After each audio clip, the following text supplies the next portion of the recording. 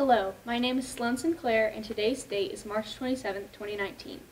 I am at Grandview Middle School in Hickory, North Carolina, interviewing Rodney Woody about his military experiences in Gulf War, Operation Enduring Freedom, and Operation Iraqi Freedom. Thank you for joining us today. Before we go any further, could you please spell your full name? Rodney Woody, that's spelled R-O-D-N-E-Y. Last name is W-O-O-D-Y. Thank you. Would you like to tell me a bit about your childhood, family, and where you grew up? I'm actually from western North Carolina, from a small community right outside of Spruce Pine, North Carolina. I grew up in a somewhat middle-class family. My father was a mechanic, and of course my mother, she worked and was a homemaker, and just grew up doing what we did back in the 70s, and enjoyed school, enjoyed playing with my brother and my sister, and that's pretty much it. All right. Did you have any family members in the military? I did. My father was a Navy veteran. He was a shellback. What a shellback is somebody that has crossed the equator and has been initiated. And my brother, which is a couple years older than I, he was in the military as well, and he was in the Army, and he was in the armor. Armor is what he did. Who inspired you to join the service? My father inspired me. I think he inspired me and my brother both to go in the service. Like I said, being from a rural town in western North Carolina, there wasn't a whole lot of industry. There wasn't a lot of things to do for a young man, and you know, since he had been in the Navy, you know, he inspired us to go in and just see what the world was like, and that was one of the things that inspired me. And then, of course, my sophomore year in high school, my high school got junior ROTC, and that was something that I really enjoyed. I become a member of that and done that, and that was another thing that really inspired me to go in the Army. Did your mother support military? Oh, absolutely, absolutely. My family supports all branches of the military, and you know, it's just a very honorable thing to do. So yes. And why did you choose the Army? Well, again, I told this story earlier today to one of the classes. I remember growing up and my father talking about the Navy and talking about the 2-minute showers. And I remember growing up, my father would yell at us all the time, and he'd say, "Get out of the shower, you're taking too long in the shower." And I thought to myself, my God, if that's what the Navy's like, I don't want no part of the Navy. So I decided to go in the Army. And little did I know that after I went in the Army wasn't much different than the Navy. So anyway, but that was a factor that stood out in my younger years. But again, ROTC, I went through Army JROTC in high school, and that kind of inspired me to go that route because I knew more about Army language and the way the Army did things than I did any other branch. What was your highest rank that you held in your service? I retired as a major, which is a field grade officer in the United States Army. So. Do you recall the day that you left the service? Yes, actually left on May 31st of 2018. Left, my last duty station was at Joint Force Headquarters in Raleigh. And I remember leaving, and you know, it was bittersweet, but I knew that, you know, I had to turn that chapter over in my life and you know, go on. And but I certainly do remember it. But still stay in contact with a lot of my friends and a lot of guys and a lot of ladies that I served with. And how nervous were you to go into the military? I was scared to death. Well, I wasn't scared at first because I didn't know what I was getting myself into, but I remember back when I went in August of 1984, I remember riding the Greyhound bus from Charlotte to Fort Jackson, South Carolina, and I remember saying to myself 100 times in that short travel, because I'd never been to Columbia, South Carolina, I thought to myself, my gosh, what have I gotten into, you know? So yeah, I was scared to death. But you know, once you get there and you meet people and you start interacting with the other soldiers, you know, you kind of lose track of that, and you get into the routine of, what you're there for. Did you know anyone else going into the service with you? I had nobody. No. When I got to basic training, there was one guy from Charlotte, and me and him were the only two from North Carolina. Everybody else was from around the United States. So, would you tell me about your experience at boot camp? well, when you first get to boot camp, or when I first got to boot camp, it lasted. We were there at what they called a reception station. In other words, that's where you first go. That's where you get your hair cut, get your head shaved, get all your clothes, get your boots, get your uniforms, get your duffel bags, get all that stuff. We spent about 5 days there, but I realized later on in life that we were waiting for the drill sergeants that were coming to pick us up. They had to graduate a class, and then they got a couple days off, vacation or leave time, and then they would come and pick us up. But I'll never forget, my senior drill instructor was a female, and that was rare. I mean, you didn't see a whole lot of female drill sergeants, but I remember they put us on these old trucks, and they called them cattle cars, okay, and you just packed everybody in there like sardines.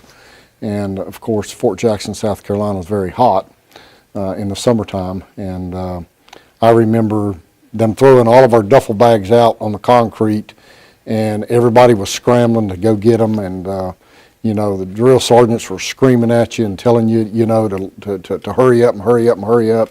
And I guess the biggest thing about boot camp or basic training was the lack of sleep.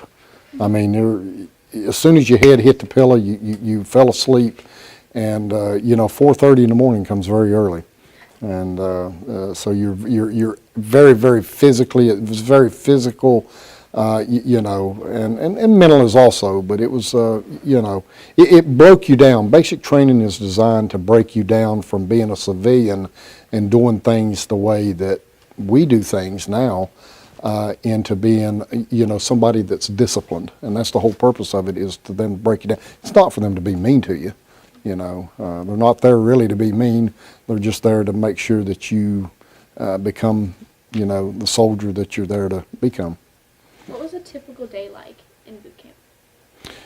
Well, lights come on at 4:30 every morning, and from that minute, you had like 5 minutes to get your bed made. We called them bunks. To get your bunk made, and to do any type of personal hygiene. Everybody had to shave. I don't care if you had any whiskers or not, you had to shave. So everybody had to shave, and you took your showers the night before.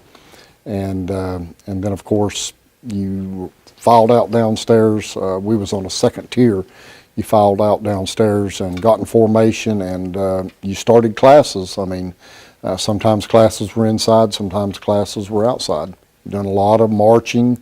You've done a lot of, walking, a lot of things with your weapon, your M16. You learn all about the M16. You learn a lot of things about other military things in the arsenal. So that was a typical day. How many people were in the boot camp? Well, I was in, my unit was Delta 9-2, so I was in the 9th Battalion, but I remember in our brigade, which a brigade is higher than a battalion, there was 4 battalions in our brigade, so probably about 3,000 people in that brigade. So everybody was going through basic at the same time.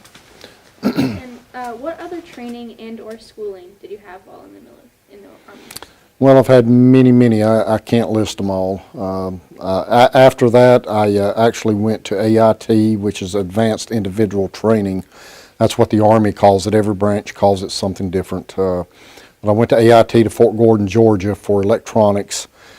Finished that up, and actually the Army sent me to a second AIT by mistake. The Army never caught this, but they sent me to combat medic training at Fort Sam Houston, Texas, which is in San Antonio. And I went out there and completed that and became a combat medic, and that's what I worked in my enlisted years. And as an enlisted person, that was what I worked in as a medical specialist, and until I became an officer in 1991. And did this mistake benefit you, like, greatly? You know, actually it did. The funny story behind that was that when I was in AIT, my Advanced Individual Training at Fort Gordon, Georgia, my platoon sergeant was actually the only living African-American male that had the Congressional Medal of Honor. And he was my platoon sergeant.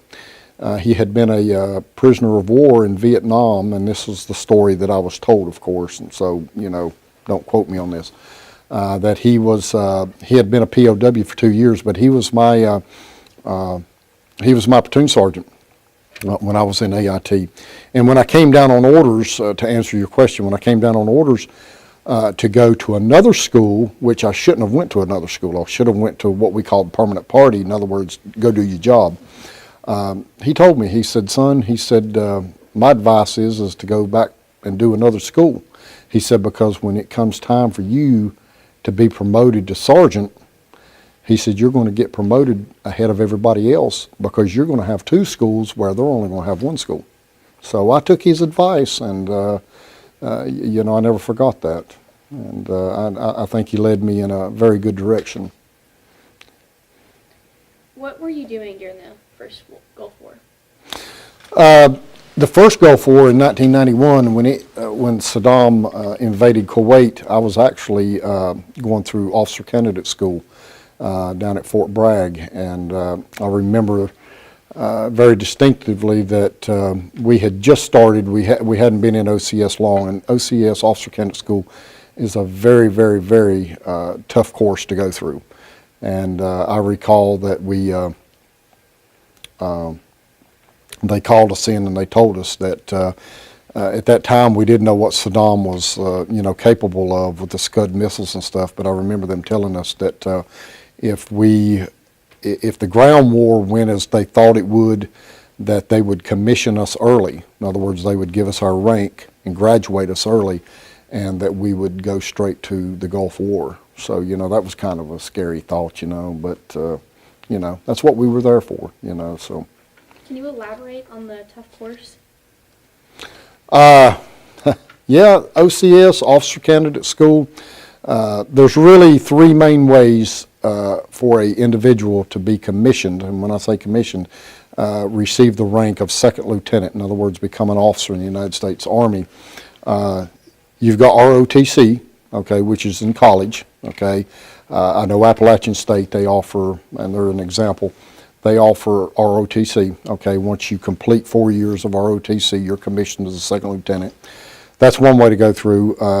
Another way is OCS, Officer Candidate School. That's what I went through, okay. And then, of course, you can also graduate from West Point, okay, which is the United States Military Academy at West Point, and only the elite of the elite of the elite get into that class, okay. So, but OCS was very grueling. A lot of sleep deprivation. Basically what they do is they try to break you down in OCS to see how you're going to perform as a leader under pressure.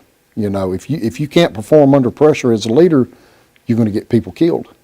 You know, and if you get people killed, you're not a good leader. So, you know, so OCS was very academic. The academics to me wasn't as tough as, you know, the physical part of it. I mean, it was just physically, you know, they would keep you up 2 and 3 and 4 days at a time without any sleep, and then they would throw you into a supervisory type role, and they wanted to see how you would react, you know. And if you was all sleepy and all that, you know, you might get your people killed. So that was really OCS in a nutshell.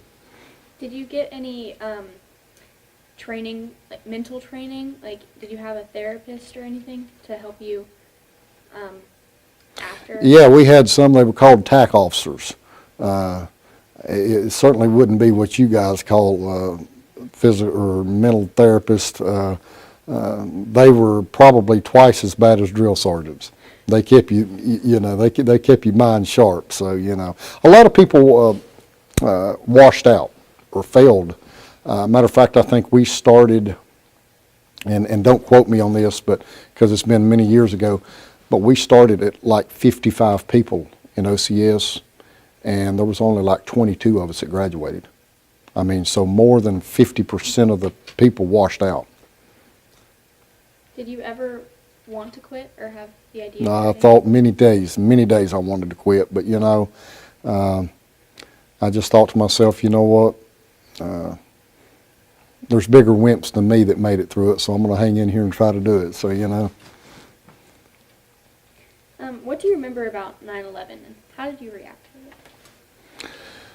Well, at that point in my life, I had had a break in service. I actually had a 10-year break in service. I got out for personal reasons, and I was out. And I remember I was here in town at a car dealership the morning the planes hit the World Trade Center, and it angered me. It angered me that somebody would attack our great nation. And at that time, of course, like a lot of men, like a lot of ladies, a lot of people wanted to go back in the military or go in the military for the first time, and I looked into it, but I didn't go in directly, right after 9/11 happened. But 9/11 angered me because I just felt like that these people that done this dastardly deed, they took advantage of us. They kind of sucker punched us. It's kind of like somebody coming up behind you and smacking you in the back of the head, and you don't see them, and then they run and hide. To me, they were nothing but cowards, and so anyway. But I'll leave it at that. Prior to leaving for development to Iraq, what had you heard about the country in combat from fellow veterans? Well, I heard that it was, of course, you hear about the heat, very hot country, very, very, very hot. So you hear about heat, and you hear about that it's a somewhat of a poor country compared to our standards here in America. One of the things in a lot of these third world countries is there's not middle class, there's not upper middle class. You're either poor or you're rich, okay? And heard things like that, and experienced that, firsthand. So, but I hope that answered your question. Were you feeling prepared for the development to Iraq? Absolutely, absolutely, without a doubt. I don't think there's any soldier, sailor, Marine that goes and doesn't feel prepared, because, and I can speak about the Army. The Army does what they call what we call a MOB up, mobilization up. I know before I went to Iraq, we spent probably 5 months just training. We went to Georgia, we went to Fort Stewart, Georgia, we went to Camp Shelby, Mississippi, and then we done a rotation at the National Training Center at Fort Irwin, California, and somewhere around 5 months, and that's all you do is train for what you're going to experience. So yeah, absolutely, without a doubt. Now, of course, you go over there and you don't know what to expect, because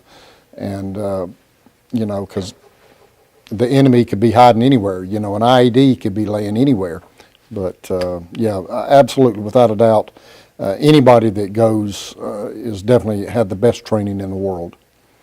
As you were flying to the Middle East for your first development, what were you thinking and how were you feeling? Well, first off, I was very, very, very tired of the flight.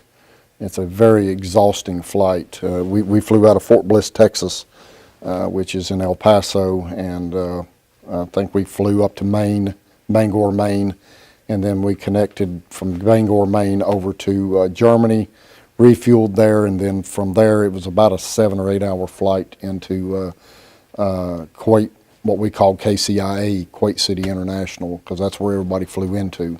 So you was on an aircraft for a long, long time. So You got to do some thinking and stuff. You made yourself right with your religious beliefs. I think a lot of guys and a lot of ladies did that as well. But just a long flight over there, I'll tell you. And there's only so much you can walk around on an airplane, too. What type of culture shocked you when you arrived in the Middle East? I think the biggest culture shocked me. I mean, I was expecting. I'd been overseas before, and I've met different nationalities, different religions, and things of that nature. But as far as the culture, it was a war-torn country. I mean, a lot of the buildings were blowed up, and there was chunks of concrete, and there was bullet holes. But I think honestly, just and I don't know, I guess the right word is just hygiene of the country. I felt like a lot of people there were just lazy.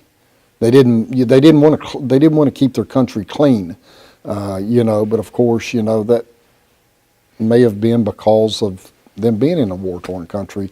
But to me, I thought Iraq was, was just, it's like they didn't take pride, and in their country. But, I guess that comes, if war was brought to our country here, we may react the same way.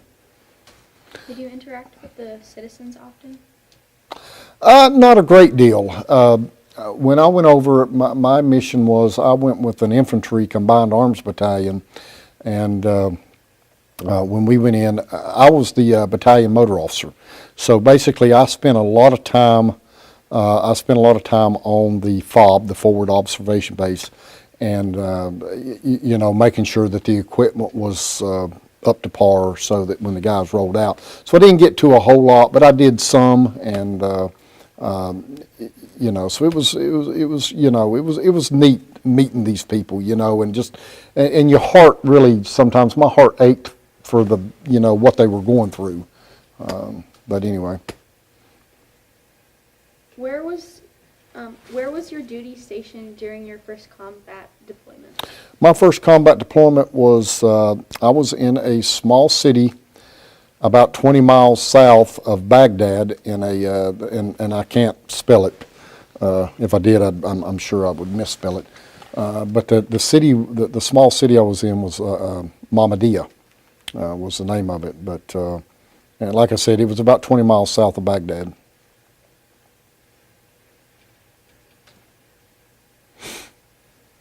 What was the mission during your first combat tour in Iraq? Basically, our mission was to seek out the insurgencies and to basically help the local populace, the folks that live there, to get back on their feet from the years of being at war. Help them dig wells, help the farmers, help the agriculture, things of that nature also. What was a typical day like during this deployment? A typical day was 14 to 16 hours, 7 days a week. When you got over there, you had very little downtime, but you had to find your downtime, and downtime is time to relax and kind of regroup. It wasn't like you were working hard labor for 14, 16 hours, but you were constantly going. So, and the thing is, a lot of people have asked me, they say, well, didn't you get tired? Well, no, everybody's doing it. So, if everybody comes to school, it doesn't feel weird for you to come to school. So, Did you use any mental strategies to prepare? Well, I think my faith was the mental strategy that I used. And, I felt in my heart, and this is my personal feeling, is that, each one of us has got a time to go, and until God, and that's who I pray to, until He tells me it's time to go, guess what? Ain't nothing gonna happen to me. So. Did you feel prepared for your first combat experience? I did. I felt, I felt as comfortable as I could. but I had good leadership. I had excellent leadership, and I think that was the big thing, was just knowing that you had leadership that had experience. I went over a lot of times, or a lot of the guys that I went over with had been over there 2 and 3 times, so felt good about that. What types of things did you do when you were off duty? Sleep. Really wasn't much to do. The small forward observation base, or FOB, that I was on, there really wasn't a whole lot of stuff to do. So, I'd done some reading. We did have internet. There was a group of us guys that went in and bought a big satellite dish, and so we had internet. It was sketchy. It was kind of like the old dial-up. You guys may not know what that is, but anyway. So, it was sketchy. But anyway, we had... you slept, you read some, we done some professional courses. I done some classes online, but just, things of that nature. Did you have any traditions? Well, I'm not sure the definition of tradition that you're looking for. Every branch of the military service has their own traditions and things that they, do, but none that comes to mind. When and where were you deployed for your second combat deployment? I was actually a company commander on my second combat deployment, and my unit went to Afghanistan and to Kuwait. My main hub where I stayed mostly was in Kuwait, at Camp Arifjan, Kuwait.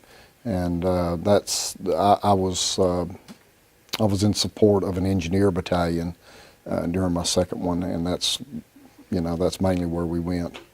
And what was your typical day like during this deployment? Well, we was on a much, much, much bigger installation. There was, this particular base had a swimming pool. This particular, they had just a lot more stuff to do than the one that I was in Iraq. They had a rubberized track around the football field. They had an AstroTurf football field that you could go and work out. But, a lot of people get into physical fitness and, do that. I done a lot of that. I got into physical fitness while I was over there, just working out and keeping my body sharp along with my mind. But to just, it was probably 10 times the size of the FOB that I was on in Iraq, so there was just a lot more stuff to do. Did you have any interactions with the civilians during this deployment? We did. Me and my company first sergeant, we would make frequent trips down to the Kuwaiti Naval Base there in Kuwait, and we had befriended a lot of the, not a lot, but a few of the Kuwaiti officers. And, we got to talk to them. But for the most part, you don't do a whole lot of talking because of the customs over there. It's, first off, one of the customs is that you don't look at a female, okay? You don't have any interaction with the female ladies over there unless you go through her husband or whoever she belongs to, her father, her grandfather. Very different than it is here in the United States. You mentioned your faith. Were there any specific times you felt God was with you in combat? He's with me every single day. Every single day. He's with me every day now. So, that was, and that's what I believe. That's what I know. So, I didn't have that fear, as some of the other guys may have experienced. I just didn't, I remember the first night when I left the main hub there in Iraq, this going back to my first Gulf War, not Gulf War, but the first combat deployment, I had to ride a truck to get up to my FOB, and, just thinking, wow, what if we hit an IED, or what if the bad guys come running out and start shooting at us, but I'd been trained, and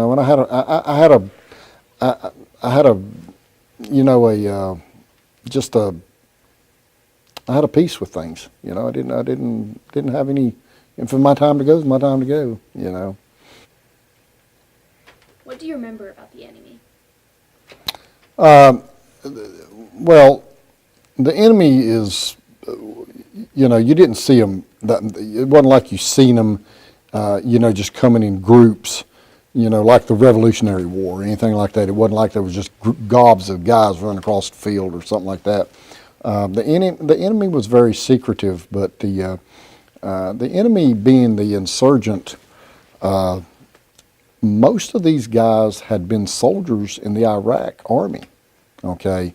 And that was one of the issues with, the insurgency, is that a lot of these guys, they had experience. I mean, they knew what they were doing. That's why they were very good at what they did. So, but as far as just seeing massive gobs of them, no, you didn't see that, because, they would do things a lot of times at night. They would plant a bomb or an IED at night, when nobody was looking. And, and then they would just blend right back into the population. Because it's like I said, it'd be like somebody from South Carolina coming to North Carolina. They look just like we do. You don't know if they're the enemy or not. Mm-hmm. Did the enemy being secretive give them a great advantage over you? Absolutely not. We fight in the absolute best military in the entire world. Okay, and no matter what they did, they didn't. In my opinion, they didn't stand a chance against the United States military. Do you feel you were better equipped or prepared? Without a doubt, and that was something that was, a lot of times these guys had wore out weapons. They didn't have the ammunition and stuff that they needed.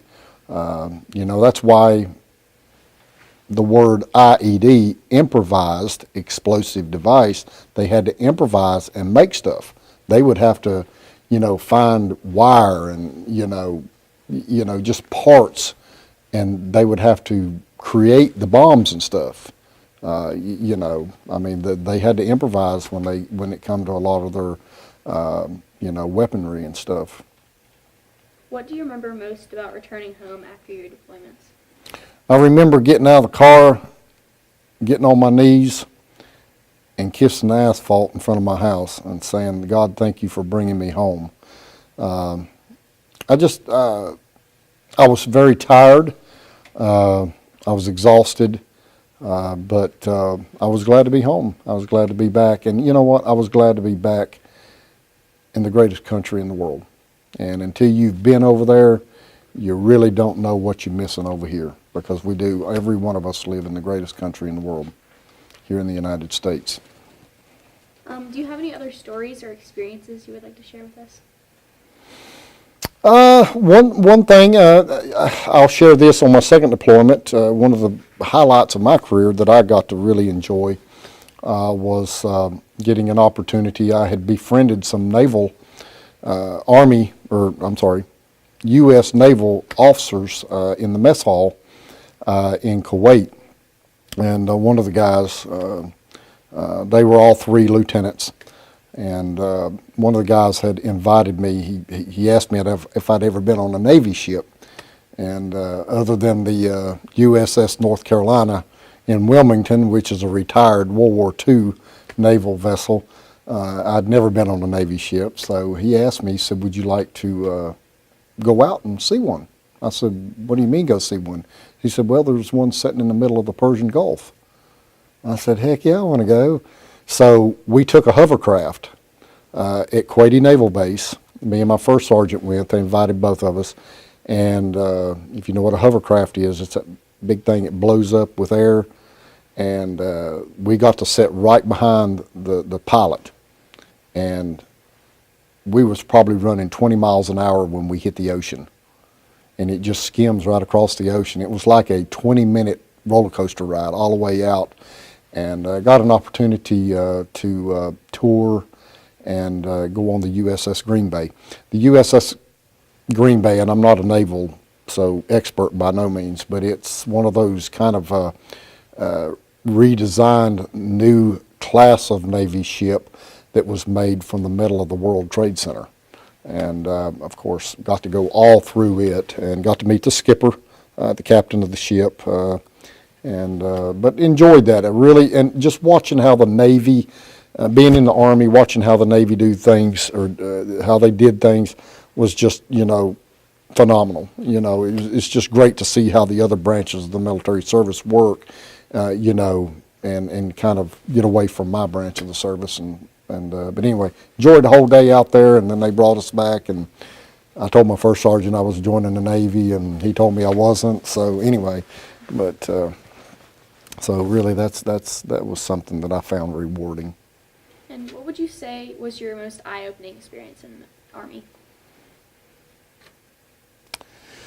Oh wow, I had a lot of eye-opening experiences. I don't know. I guess the biggest eye-opener to me in my generation was probably 9/11. You know, it was an eye-opener that no matter how big you get, how strong you are, the little guy can still take you down. And, you know, we certainly on 9/11, in my opinion, you know, we were given a black eye. But we recovered. You know, we picked ourselves up as a country, as a nation. We united, and we picked ourselves up. But I guess that was the biggest eye-opener to me, is that, you know, no matter how big you get knocked on your backside. Are you glad you chose the Army? I do not regret 1 minute of it. I would do it again. Would probably do some things different, but absolutely loved every minute of it. I mean, there were some tough times. Nothing's easy about it. If it was easy, then everybody would do it. And you know, but certainly loved my entire 25 years in there. Elaborate on doing things different. Like, what would you do? What would I do different? Well, I got out at a time that I thought I was ready to go back to college. I got out, I had a break in service and went back. I wasn't ready for college at that point in my life. Probably wouldn't have got out then. You know, would have probably taken some more courses, some more civilian education. Would have taken maybe some more different types of Army training. So things like that, if I could have done it over. Were you awarded any medals? Yes, I've got several medals. Two of my top medals, I've got two meritorious service medals. I've got, and you've got the paper in front of you that I wrote. I think I've got 3 or 4 Army Commendation medals, and of course I've got the Iraqi Campaign Medal with Bronze Star. I've got the and just a whole bunch of other ones. I've got 5 overseas tour ribbons. So that means I've been overseas 5 times. So yeah, there's a bunch of them, and as I get older, I forget exactly what they are. That's why I had to write them down. So. And finally, I understand that you work with veterans in your current job. Where do you currently work, and can you describe your roles and responsibilities? Absolutely. Thank you for asking. I actually work for the North Carolina Department of Commerce. I am my title is Disabled Veterans Outreach Program Specialist, and the acronym to that is DVOP. Okay.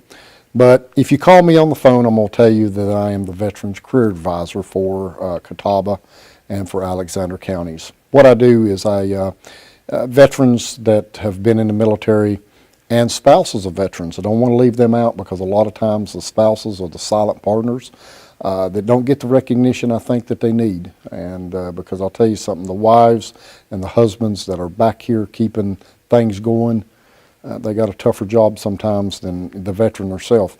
But what I do is I help these folks, if they've got significant barriers to employment, I help them get back into the workforce here in North Carolina. And, you know, it helps boost our economic outlay here in North Carolina. You know, it helps the commerce, it helps us build up who we are and in North Carolina. But that's what I do in my civilian job now. I love it. I love working with veterans, and I love seeing to get them back into the workforce. All right. I think that concludes our interview. Thank you. Thank you, guys. Thank you, ladies. I appreciate it. It's been my pleasure.